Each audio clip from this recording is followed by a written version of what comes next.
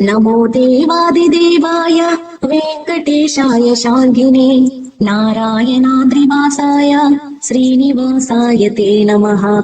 नमः कल्मषनाशाय वासुदेवाय विष्णवे शेषाचलनिवासाय श्रीनिवासाय ते नमः।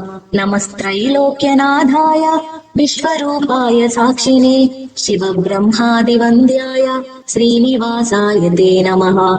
नमः कमलनेत्राय क्षीराब्धिशयनाय ते दुष्टराक्षससंहर्त्रे श्रीनिवासाय ते नमः।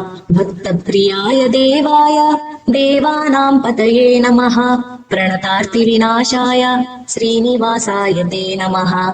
योगिनां पतये नित्यं वेदवेद्याय विष्णवे भक्तानां पापसंहर्त्रे श्रीनिवासाय ते नमः।